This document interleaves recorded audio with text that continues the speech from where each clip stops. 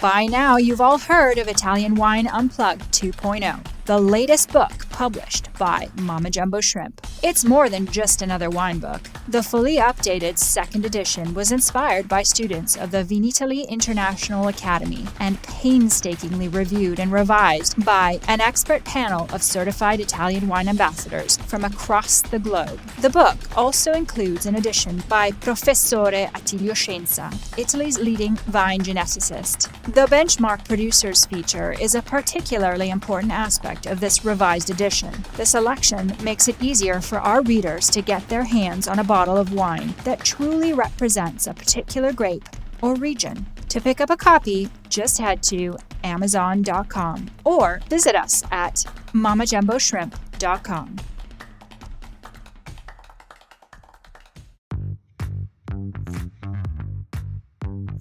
Welcome to this special Italian wine podcast broadcast. This episode is a recording off Clubhouse, the popular drop-in audio chat. This Clubhouse session was taken from the Wine Business Club and Italian Wine Club. Listen in as wine lovers and experts alike engage in some great conversation on a range of topics in wine. If you enjoy listening, please consider donating through ItalianWinePodcast.com. Any amount helps cover equipment, production, and publication costs. And remember to subscribe and rate our show wherever you tune in.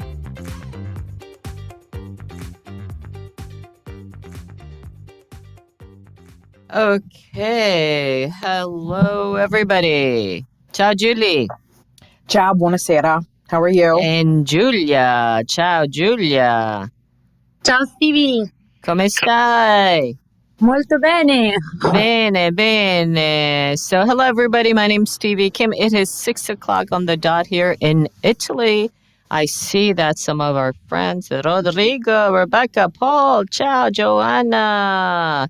Jody, ciao ragazzi, Happy New Year. So this is, of course, the Italian Wine Club on Clubhouse. We've been doing this for some time now. We are joined with, of course, Joy Livingston. She has that crazy This Is avatar, and she is, of course, the Italian Wine Podcast producer because all of our recordings will be replayed on the Italian Wine Podcast, wherever you get your pods. And Laika, she is our Clubhouse manager. She does this very rigorously with some structure. So she makes certain that every episode is a successful one. Okay, so we'll get the show started. This is, of course, called the Ambassador's Corner. And it is where one of our Italian wine ambassadors from the Vinitaly International Academy community at large gets a chance to interview their favorite producer. And today it is Julie. Ciao Julie, come stai? Ciao, buonasera, sto bene. I'm doing well. How are you? Where are you? I'm in Florida. Yeah, listen, I just sent you your copy of your book. By the way, Julie was one of the editors for the Italian Wine Unplugged, the new book that's just come out. It is the new textbook. If you guys have not checked that out, please get your copy on Amazon, wherever you live. And thank you so much, Julie, for doing that. It was monumental, everyone's contribution. And I just want to thank everybody who was involved, you in particular with Corinne and Cynthia, of course, who had the monumental task of revising and copy editing all of the entries. So thank you so much again. Thank you for the opportunity. It was great. Yeah, I don't. Have you seen the book? Oh yes, I ordered it the first day. And what do you think? Are you happy with it? Oh yes, it's such a great study guide because that's the first thing I thought. I was like, wow, this is an amazing study guide for future Italian wine students. The layout. So I think we've made. I'm sorry. Oh no, I'm just the layout and how the book is organized. It's perfect. Yeah, I think we made some progress from the first version. So this is the 2.0 version. So if you haven't had a chance to have a look, grab your copy. Paul Bologna, I love you. You made the great review on Amazon, and some idiot made a very bad comment as well. So I need more comments. I know there are tons of you. We've sold already hundreds of copies in 3 weeks, but we need for you to make some more reviews online if you get a chance. So that's just a small shout out to everybody. So let's get on with the show today. Today, Julie has invited Giulia as the favorite producer that she would like to interview today. I suppose you met her when you went down to Umbria. Is that correct? Yes, I met her in June as part of the Orvieto Ambassador program. So there were so many producers. Why did you choose Giulia? I got a chance to have a small chat with her as well. But why did you choose Giulia today as the interviewee? So yes, I, Giulia, will be interviewing Giulia because I noticed that when I was in the Orvieto area, and of course, this is when Giulia was starting to take over as the vice president of the consortio. She had such a passion for Orvieto, not just the city, but also its wines and its future. So for me, I noticed that, Enzo had kind of passed her the baton, and Giulia is just ready to, showcase Orvieto worldwide. And so that's why I chose her. Great, excellent. So for the geeky part of the call today, what are we expecting from your interview today with Giulia? So I would say our main objective is about the 4 major soils of the Orvieto wine region, because, it's something as if I would tell my, the consumers who come to the Italian Cellar to buy wine. I would say you change your soil, you change your wine. And so with Orvieto, we have 4 major soils. So depending on the producer, you could have completely different, yes, they're Orvieto DOC wines, but different flavor profiles and such because of the different soils. So we're going to be talking about those. And of course, you can't ignore the native grapes of Umbria. So of course, grapes are a part of that. And then if time permits, I know that Argile also produces olive oil. And so Italian wine and Italian olive oil go together as well. So we hope to discuss that. Okay, excellent. So as you know, this is my favorite part where I get to shut up. As you know, it rarely happens. So, Julie, you take it away, take full advantage of my silence, and I will come back towards the end to see if there are any questions from the audience. Okay? Perfect. Thank you it so away. much. All right. Well, good evening and buonasera. I am Julie, also known as Giulia, and I will be interviewing Giulia di Cosimo of Argile Winery. So this is a winery that's located north of Orvieto, and today we're going to be talking about how Giulia, after studying for her economics and then a master's degree in economics, she went back to Umbria and to work with the company founded by her grandfather, Giuseppe, in 2005. So we're going to talk about that. So hi, Giulia. Buonasera. Ciao, Julie. Buonasera. How are you? I'm fine, thank you. And you? I am doing very well. I'm excited to talk about your wines today. Me too. I'm very excited. Yes. Okay. So we'll start. So I know that as I had just mentioned, that you had come back to Umbria, and it said about 2005 to work at the company that your grandfather founded. So tell us more about even the meaning of Argile, because of course this might be an Italian vocabulary lesson for our listeners. But why tell us about the name and how it's important to your wines. Great question. Thanks for asking, because our company name is very, very important for us. Argille is the Latin name of clay. And we choose this name because indeed the majority of our soil is made by clay. Consider that in some parts of the vineyards we reach almost 50% of clay in the soil composition, which is a lot of composition for just one component, for just clay. And this has an impact in what we do, especially in the wine we produce.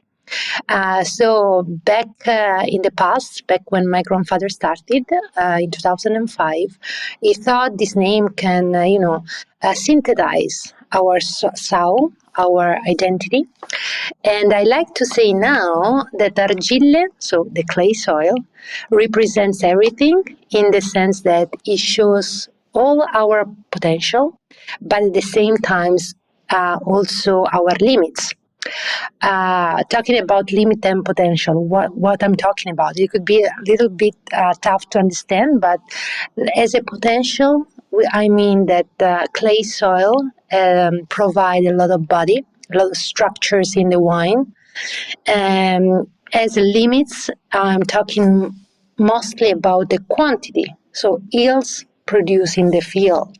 which now is a good thing. Having a small production is very good, no, for quality, for rich and high quality wine.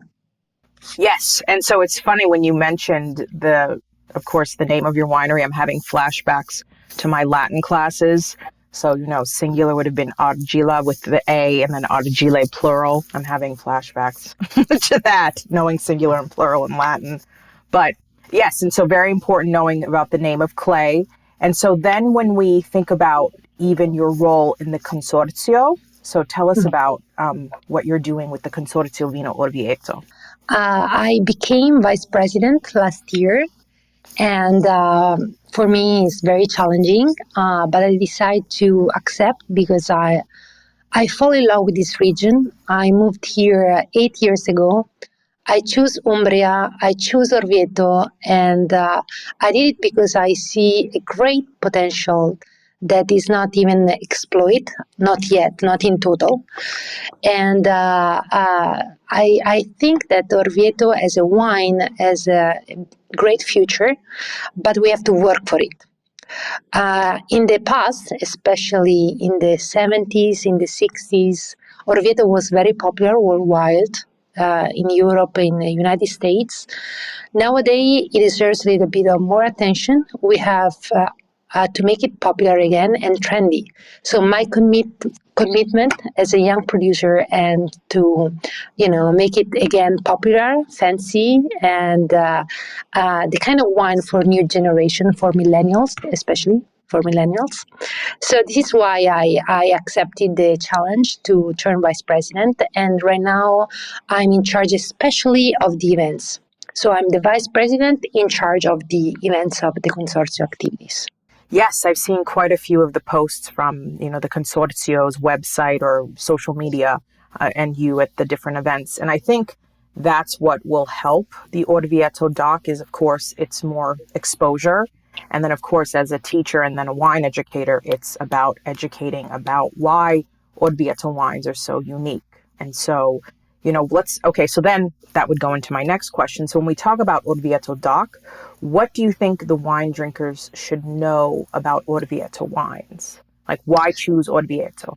There are many things people have to learn and to understand about Orvieto wine, but the key points to keep in mind, I would say there are at least three. The first one is that Orvieto is a white wine. The majority of Orvieto wine produced and sold in the market, and I'm talking about 11 million bottles almost every year, are white wines. 99% I would say is white wines. The remaining part is red wines. So first of all, Orvieto is a white wine. And second key point is that Orvieto wine is a blend. And our regulation says that Orvieto blend has to be made at least by two components, two grape varieties. They are Grechetto and Trebbiano. So these two varieties has to be in the blend as a minimum 60%. So we can have an Orvieto wine, give you an example, 99% Grechetto and 1% Trebbiano, 60% Grechetto and 40% Trebbiano, or we can have the sum of the two grapes, 60%, and the remaining 40% can be other varieties allowed by the regulation of Umbria wine production. So as you can see, we have a lot of varieties that we can use in the blend. And this is one of the reasons that we can have very different styles of Orvieto. Before we were talking with Stevie about the different Orvieto wines, the different profiles. I think that this is one of the beautiful things we have here in Orvieto for this wine, is that we have so many different varieties, so many different styles, and started from the blend. Because as a producer, we can play with the grapes, and create a personal style. So there are many, many different Orvietos. And another key point I would like that people keep in mind talking about Orvieto is that Orvieto appellation is one of the fewer Italian DOC, which is not just in one single region, but covers two regions. Normally, DOC and DOCG are just in a single region, Orvieto is one of the fewer appellations that covers two regions. The main part is in Umbria, of course, and the Classico area is in Umbria. And then we have also a small portion in Lazio. I think that is another, pretty much interesting things to keep in mind about our appellation. Yes, especially how you had mentioned the different styles and the freedom of the producers, because it's not as if we're dealing with, a Brunello where it's 100% of a grape, but we're dealing with, depending on the producer's, calculation that year of grape varieties. So that's an interesting thing. Every year you could have a completely different wine. So, but also what's important about Orvieto, and I remember learning this when I was there in June, it's about the soils of the region. You have these distinct soils that then, of course, affect our flavor profiles and styles. So can you tell us more about, I know you had mentioned clay before, but the different types of soils of the region? We're very lucky. We have many different kind of soils. And back 3 years ago, we started a research, tried to summarize and synthesize all these varieties for better understand also the wine we produce and to better explain them. And we find out that the majority of the soil can be synthesized in 4 different kinds, which are clay soil, volcanic soil, alluvial soil, and sandy soil. Of course, it's not possible to trace a line, to trace some borders. I can say that, okay, this company is inside an area where we can find just clay. This other company is in an area where we can find just volcanic. Most of the time, we have a mix, but the research find out that the majority are these 4 different kind of soils, and in each single company, in each single winery, there is a predominant component. In my case, for example, is clay. This is because the name Argille, which means clay, and so we put this on a map. And all the companies are inside this map, so you can say, okay, this company is inside, is in a part of the appellation where it's more clay soil. This other company is in a part where it's more volcanic soil, and this can help the producer to better understand the different profiles that we have in Orvieto wines. Because one beautiful thing about Orvieto wines is complexity. I can talk about an Orvieto wine, but many Orvieti. I don't know if I can say in Italian Orvieti, but the plural is kind of Orvieti, because we have different profiles, different kind of wines. And these varieties is because, first of all, our regulation, which is very broad. We can use many different varieties. And secondly, because our terroir is very different, depends on where you are. Yes, and that was very interesting to learn this past summer during that very hot week, late June. I'm still processing it. I'm just kidding. But it was great to see those different soils. And of course, we had tried wines even without the labels. Like, I remember it was just the label of the soil. And that was, I think, a good way to really interact with the wine.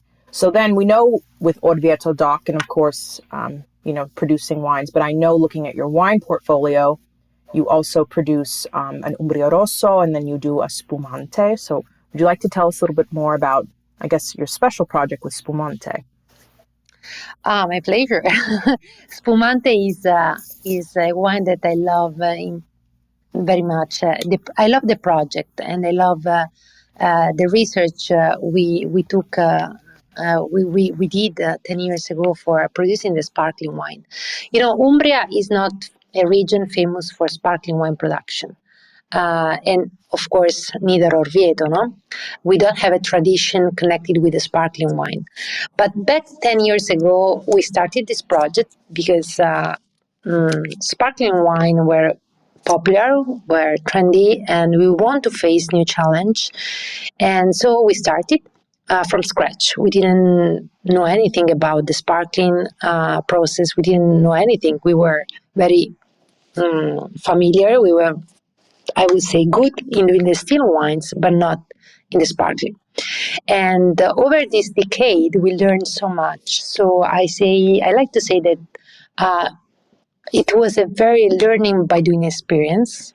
So we learned how to make spumante by making the spumante. And I love this project because this project is pretty much unique.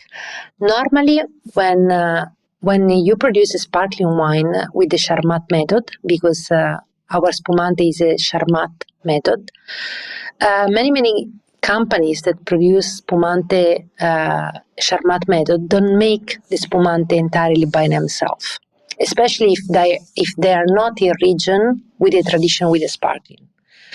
So I'm talking about Umbria, Lazio, but all the regions where there is not a very old tradition for making the sparkling. 90% of the time, the company ship the wine in north of Italy, like for example in Veneto or in Trento. They make other companies, that have the expertise, make the sparkling for them, and they buy back the wine. Or sometimes they buy the wine already with the bubbles and the label with their name. Totally legal, but you're not a producer at the origin, but you're a bottler. What we do here with Argille, we do entirely by ourselves, from the grapes to the bottle. And the spumante cannot be an exception. So since the very beginning, we wanted to face the challenge to make a sparkling wine, and we did it entirely by ourselves. And I'm very proud of, because it's more difficult. We have to learn a lot. We have to, have develop expertise. We have another winemaker. So our winemaker for the still wine is Lorenzo Landi, and we have another consultant for the sparkling process. And we have to invest on machineries. We have to buy a lot of machineries.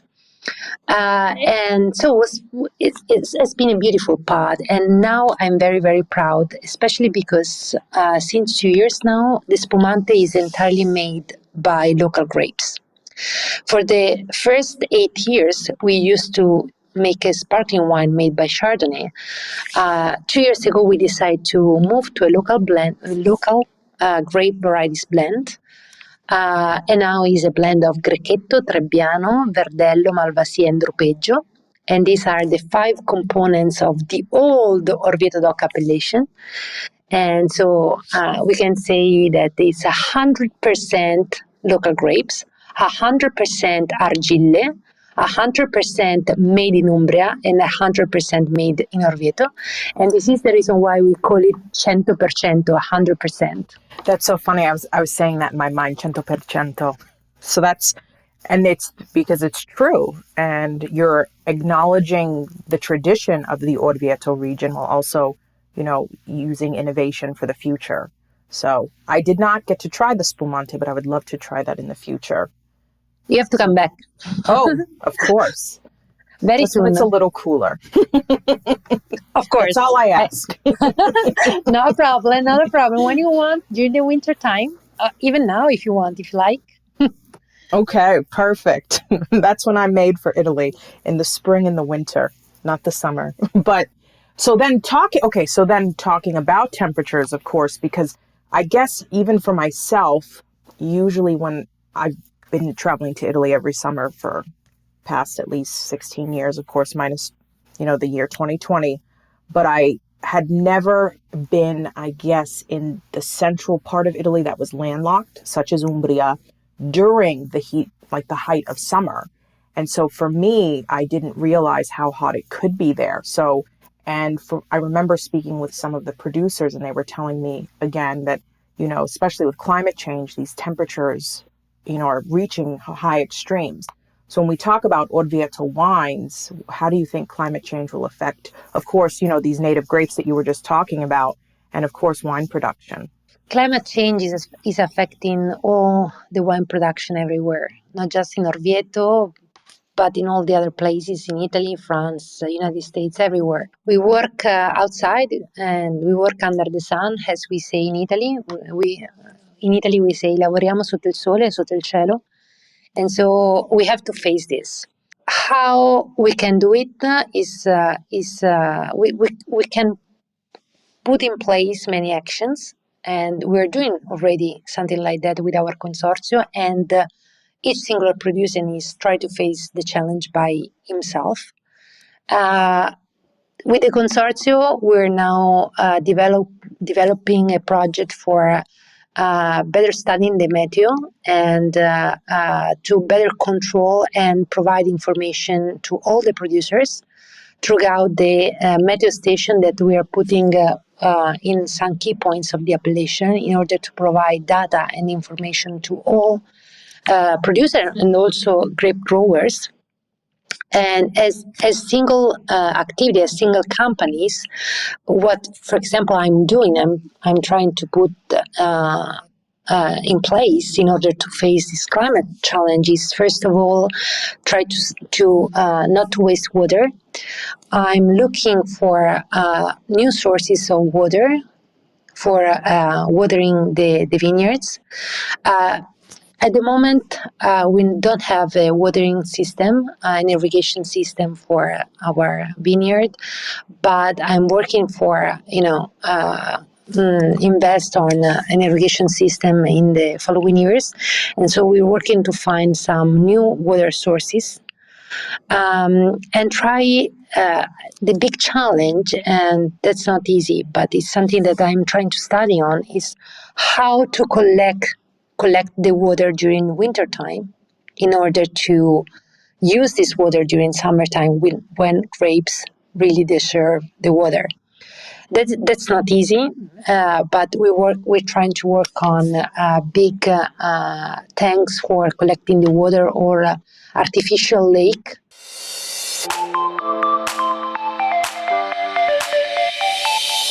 Are you enjoying this podcast? There is so much more high-quality wine content available from Mama Jumbo Shrimp. Check out our new wine study maps, our books on Italian wine, including Italian Wine Unplugged, The Jumbo Shrimp Guide to Italian Wine, Sangiovese Lambrusco and Other Stories, and much, much more on our website, mamajumboshrimp.com.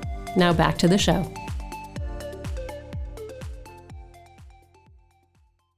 But, also artificial lake that already some companies, some wineries created, they have the problem that during summertime they run out. So it's not that easy. But these are all things that we are working on. And but for sure, Julia, I'm very, very sure about this issue. We have to we will need more and more water in the following years. That's for sure. One other thing that we can put in place for facing this climate change is to change where we put the vineyards. For example, we are planting new vineyards. We have in project 2 more hectares this year, another 3 hectares, new 3 hectares next year. And we're going to place the vineyards in cooler places, in cooler part of our property. Till 10 years ago, we used to put the vineyards in places where the vineyard could get a lot of sun, a lot of sun rays, especially east-west exposure. Nowadays, we are looking for a place where more north-oriented, for having a little bit of cooler climate. So also where to place, the vineyard can be an instrument in order to face the heat and the climate change we have in these days. We're having and we have to face in the following years. Yes, I remember speaking with Enzo from Tecugnano, of course, and talking to him about the Muffa Nobile wines and how because of these extremes, it's not as if a Muffa Nobile wine might be produced every year, because if there's a drought, of course, that's affecting the grapes as well in the Muffa Nobile process. So, it's a very, interesting future of what awaits Italian wine with all of these factors. And I know on your website that there's even a section dedicated to sustainability and how your winery is respecting the environment, and it was talking about the structure of your cellar and using green energy and talking about packaging and wastewater. So that of course is even nodding to climate change in the future. I completely agree with you. For me, sustainability is very important, and it's an overall approach. You're not sustainable if you do just one thing for the environment. You are sustainable, at least this is my opinion, let's say, if you try to undertake as many things you can do for the environment. Know the single activities you carry on every single day. So, for example, we're putting in place a lot of things. For one of these is a phytopurification plant. Phytopurification means phytopurification plants means a plant where we clean the dirty water, the wastewater of the cellar, in a 100% natural way. The water is cleaned out, is completely cleaned by iris, so by flowers. And it's a totally natural process because in the roots of the iris we have special kind of bacteria. The iris, no? Beautiful flowers. The iris. They are beautiful flowers, but in the roots they have special bacteria that for their life they eat, I can say eat, the dirty part of the water. And so the water that come out of this plant, of this purification plant, is completely cleaned in a natural way. So we don't waste the water that we use for, cleaning the tanks, for cleaning the cellar, but we completely recycle and reuse it. This is one of the things we put in place for saving the water and for sustainability. But also we can be sustainable in other way, not just with a big investment. In this case, was a very big investment because it requires a little bit also of incentive from European communities for creating the plant. But also in small decision we take every day. For example, choosing the glass of the bottle. This can be a very easy decision, and you can choose for a very expensive bottle with heavy glass, or you can choose like light bottles with less glass, and so you can save carbon dioxide for transportation. You can save also energy for producing that glass and that bottles. So, sustainability is an approach, and I would say is an overall approach, and that's my mantra. And I just learned something new about iris flowers. I didn't know that. There was that component to them. Thank you very much for sharing that. And so honestly, it's not just the iris. Phytopurification plants can be made by, I think there are 25 species of different plants and flowers. We choose the iris because I love to see them on this plant. It's like a garden. But there are also other plants that make this kind of work.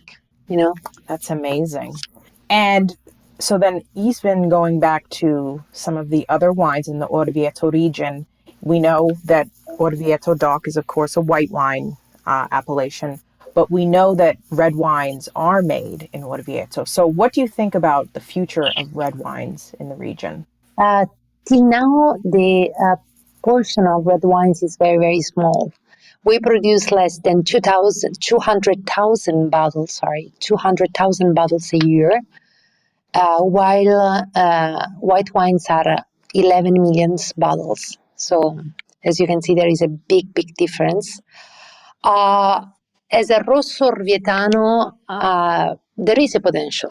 I have to be honest. As a quality, as the wine we produce, and also because of the soil, we have volcanic and clay in particular. The production is very great, but the tradition here is mostly for white wine. So I cannot say probably there will be a big future for the red wines here, but for sure there is probably something that we can develop better. There is a potential to exploit. And there are a few producers now that produce Rosso Orvietano. Probably they are the group of Rosso Orvietano producers is too small I hope that this can grow in the future because, of course, it's a market. There is a potential. So I'm confident that maybe in the future, in the near future, this part can grow a little bit. And your red wines in particular, what are the varieties that are used? Are they international varieties or even Montepulciano or some Sangiovese? We produce IGT, Umbria IGT, so it's not a Rosso Orvietano, so, but still it's a red wine produced in the area. So just to be clear, no, we have the possibility to produce Rosso Orvietano as a DOC wine, and we can produce IGT. As a company, we choose to produce IGT, and we choose international varieties, and we use indeed the Merlot and Cabernet, with a little bit of Montepulciano as well. And we choose these varieties because especially my grandfather was a big fan of the Merlot and the Cabernet. He traveled all his life, especially in France, and he loved these two varieties. So we decided to blend it and to have it in a wine that is called Sinuoso. I don't remember if you tried when you were here last summer, but the Sinuoso is a very interesting red wine. It's kind of a joker. I like to say it's a joker because it's the joker when you play cards, which is the card that fixes so many situations when you play, and the same is the Sinuoso. Sinuoso is very versatile. It's as its name suggests, it's very smooth. Sinuoso in Italiano means something smooth, something round, something soft, and it's a very interesting red wine produced in the area, and especially over the clay soil, the Merlot and the Cabernet gives a lot of structure, a lot of beautiful aromas, and they're very, very interesting. Yes, I especially love the name of it because, we have another vocabulary term from your winery. So, a very smooth wine, and it tells, the consumer what to expect. So that's great. Now, of course, we talk about Italian wine, and many producers, so such as yourself, also deal with olive oil production. And I've also studied olive oil. So I was wondering with your olive oil production, what are the cultivars that you use? And what is your opinion about, olive oil production in Umbria? Because I've tried so many Umbrian olive oils and they're fantastic. It's just they need the attention that some of the other regions nearby have garnered. I completely agree with you. Olive oil here is very interesting. It's beautiful, and one of the most interesting aspect of the olive oil here is that olive oil from Umbria has a lot of body, a lot of structure, and a beautiful acidity. So I don't know if you have tried, in your life, olive oil from Genoa, for example, from Liguria or from Puglia. Yeah.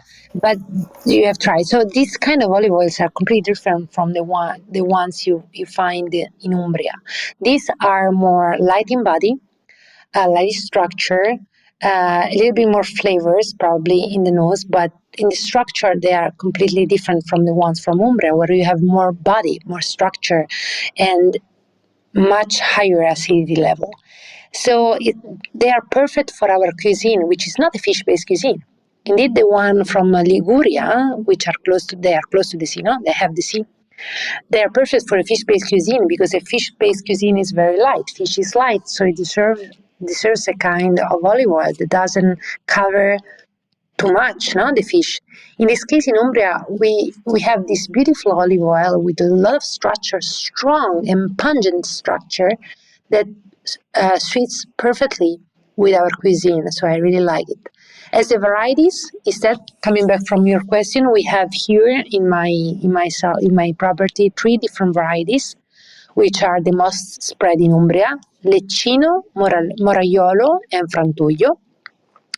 And we blend them in our olive oil production. So we don't produce monocultivar kind of olive oils, but we blend it together.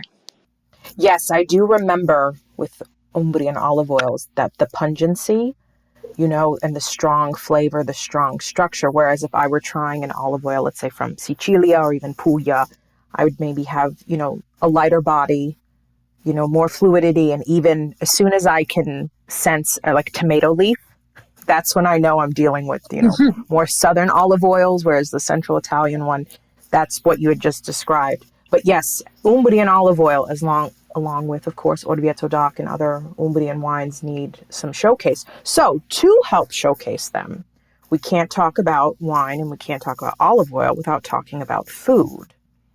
And so if you were to think about a perfect Umbrian meal and perfect pairings for Umbrian or even Orvieto wines, what would you pair them? How would you pair them? I'm sorry. This is a very tough question. Sorry. That's very tough. My husband has a restaurant, so I'm supposed to be very good in pairings, but I'm not.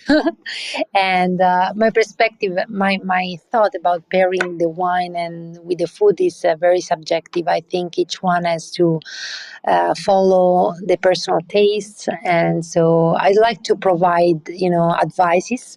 But if I have to, I can say that for sure, one beautiful thing that we have about Orvieto wine is that they are very versatile. Orvieto wine, especially the white wine, is not the kind of white wine that goes just with a vegetable cuisine or a fish-based cuisine. It's a kind of white wine that goes very well also with a meat-based cuisine. And this is because the main component of the blend are Grecchetto and Trebbiano. These two varieties has a lot of tannins, so they recalls a lot, especially in the mouth, the red wines. And this helps us to pair this white wine also with a meat-based cuisine. Probably not with a steak, okay, but for sure it pairs perfectly with the pork, chicken, hunting games. Hunting games, for example, we have a beautiful tradition of hunting in Umbria. So I would suggest, for example, guinea fowl. We have faraona or guinea fowl, which is a local dish here in Orvieto, together with the pigeon. I don't know if you had the chance to try pigeon in a restaurant in Orvieto, but it's very typical and traditional. I know it's weird to eat pigeon, but it's very typical in Orvieto. And it's perfect with Orvieto wine. So one key point to keep in mind about Orvieto, and I would like that people remember, is this versatility in pairings, which nowadays I think it's a good thing, because we all run, we are all very busy, we are all, we all have a lot of duties. So having a wine that pairs many different foods and is very versatile, I think today it's a value added. Yes. And I have a personal question to ask. So I had spent time in Castiglione del Lago. It was basically right before I had met you in Orvieto. And there was a small restaurant nearby that was serving porchetta sandwiches. And I probably had too much porchetta in 1 week. However, if I were to pair an Umbrian wine with the porchetta, the typical, I don't want to use the term fast food, but, the easy street food. Street food. Yes, the street food of Umbria. It was amazing. I'm sure if I lived there, it would be a problem for me. However, the next time I have the porchetta, because I will only have it in Umbria, what should I have with it? A glass of Orvieto wine is perfect. It's perfect because porchetta is a little bit greasy, has a lot of fat, it's super tasty, and a glass of Orvieto Bianco is perfect because the acidity balance the greasiest part, the fat, and clean your mouth. So I would say for sure within a glass of Orvieto is perfect. Probably not an aged Orvieto. I would go for 2021, for example, right now. So I personally, of course, I never take one like 2015 or 16, but something with a higher level of acidity to compensate a bit. I don't know if I cannot say because I'm a wine producer, so I supposed to support the wine cause, but also with a beer. Porchetta can be very good also with a glass of beer too as well. So we have beautiful production also of artisanal beers in Umbria. So second option is a beer. Well, thank you for that. I will remember that the next time I have my porchetta sandwich. I mean, every day I think, they were used to seeing me because I'd say, okay, well, today I'd like it with the pomodori. And then the next day I would have, other vegetables with it. So I tried all different styles of the porchetta. So I will remember that. Thank you. Now, when we talk about even Umbria in itself, because of course I remember even from Castiglione, to Toscana, I remember visiting Toscana, to tour a winery right across the border. And it was maybe a 20-minute drive. So very close. We know Tuscany. And we know that Umbria itself is landlocked. But as a region this past summer, since I had spent at least 3 weeks there, exploring all of the different cities, and I feel that sometimes it's an underdog. So it's a region that's not highlighted as much. It's known as, the green heart of Italy. It is central Italy, but it doesn't have the attention of Toscana. And for me, spending so much time in Umbria, I would hope that more people would visit the region. And so as an Umbrian, what would you want visitors to Italy to know about the region and why they should visit? Not just even think about historically Orvieto, but we have the other cities of Perugia and such. What do you want them to know about Umbria? There are many things to see in Umbria and to experience here. So it's very tough to synthesize all of them. But I agree with you completely. Umbria deserves more attention. And I want to say this as a potential for growing, because the majority of people around the world has to discover Umbria. So it's not discovered yet. Even though, I have to be honest, in the last 10 years, maybe 10 not, but for sure the last 5 years, we have an enhancement in the tourism level, in the people coming here for vacation. A lot of people are buying property, investing in Umbria, and I'm talking about especially foreigners coming from the north of Europe, UK, United States, and other places in the world. And so it's growing. We're growing and it's getting popular and popular, and that's very good. And also because, as you did this summer, a lot of people are coming in Umbria by chance, probably because they pass by, driving back to Rome for taking the flight, or back to Florence for taking the flight again. And they stop and they discover Umbria and they say, wow, it's amazing. I want to come back. I want to know more. And so it's becoming popular and popular. The beautiful things people have I suggest to discover one here is, first of all, the beautiful cities that we have. We have Assisi, we have Perugia, we have Spoleto, Orvieto, of course. There's a beautiful history, beautiful monuments, and they're not so well known. We're not talking about the Colosseo, but the Cathedral of Assisi is stunning. It's something that it's spectacular. It's like the Cappella Sistina from Vaticano. It's kind of the same.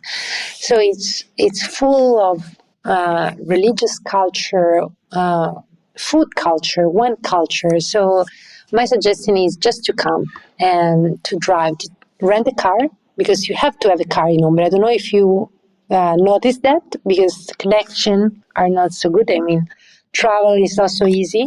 So rent a car and go around and just go with your heart full of, your intuition, and just visiting Umbria. Yes, it's a beautiful region. In fact, I've been fortunate enough to visit most of the cities of the region, and one of my favorites was even Gubbio, because I would watch the show Don Matteo. And so watching the show all those years, I wanted to see, the background of this medieval city. So I forced my husband to drive there. But he loved it too, because even as an Italian himself, he hadn't really even experienced Umbria. And so when I, of course, in charge of the itinerary, I said, we're going. And, driving through, he said, this is such a beautiful region. He's from outside Napoli. And he even said, I didn't really know much about this place. And I'm like, well, that's what I'm here for, to force you to see more of, your native country. So I hope more people come to Umbria and visit and explore all of its treasures as well. I hope too. Yes, I'll do my best. People ask me. We are spreading the word, we're spreading the word and slowly. But, people are, the level of tourism and people coming are increasing every year. And we are very good with this because I can see not just in the cellar, but also with the restaurant. I can see more and more people every year, and that's very good. I mean, it's hidden. Still has is not it's not has not the same reputation as Tuscany, not the same awareness especially from foreigners, but slowly it's growing. That's interesting. That's important. Yes, and I think it's better that way because it's more of we're discovering this maybe on our way to and from Rome, from Roma to Firenze or back and forth. But I know from the Autostrada, you can see even the Orvieto Cathedral, and it's such a stunning Duomo to see that's probably one of the initial pulls, and then it's, well, no, stay for a while and explore everything else. So indeed, you're right, completely right, especially Orvieto. I don't want to talk about just Orvieto.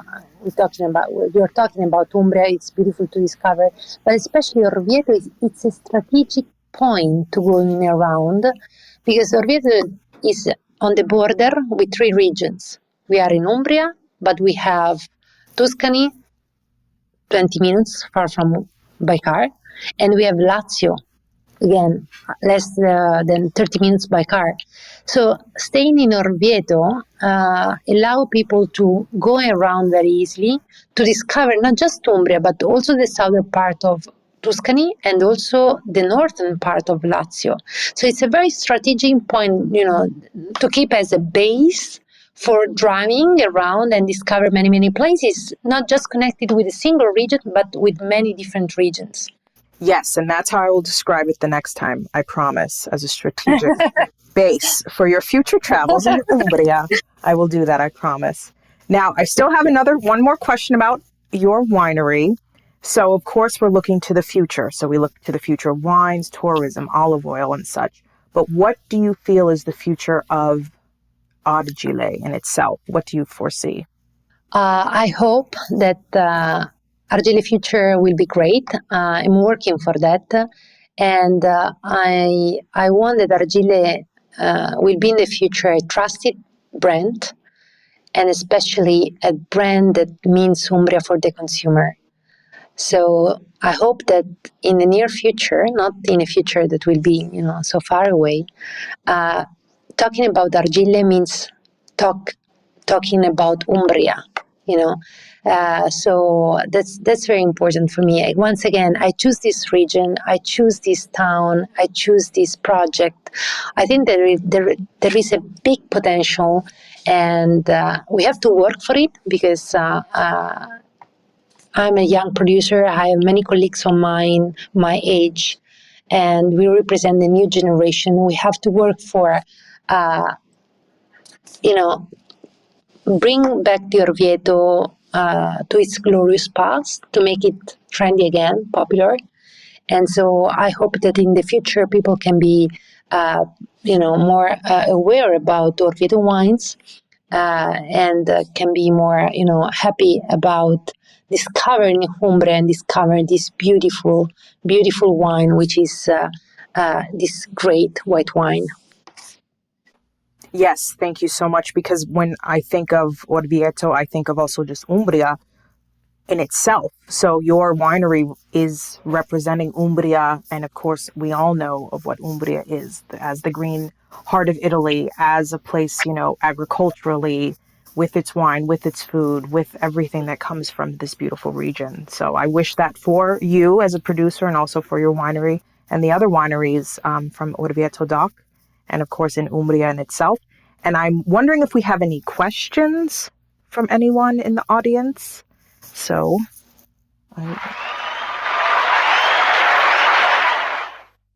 Can you guys hear me? Yes, hello. Okay, finally. Yes. Maybe you didn't get the cheer. Did you get the cheering? Yes, thank you. We love it. Listen, there is actually one question from the audience from Frichette, maybe. How are you using the water to clean equipment, reusing the water to clean equipment, barrels, etc.? That was one question from the audience. I suppose that's for Giulia. Okay, we have a feed purification plant just in front of the cellar. And so the wastewater coming from the cellar, the dirty water, is completely cleaned by this plant.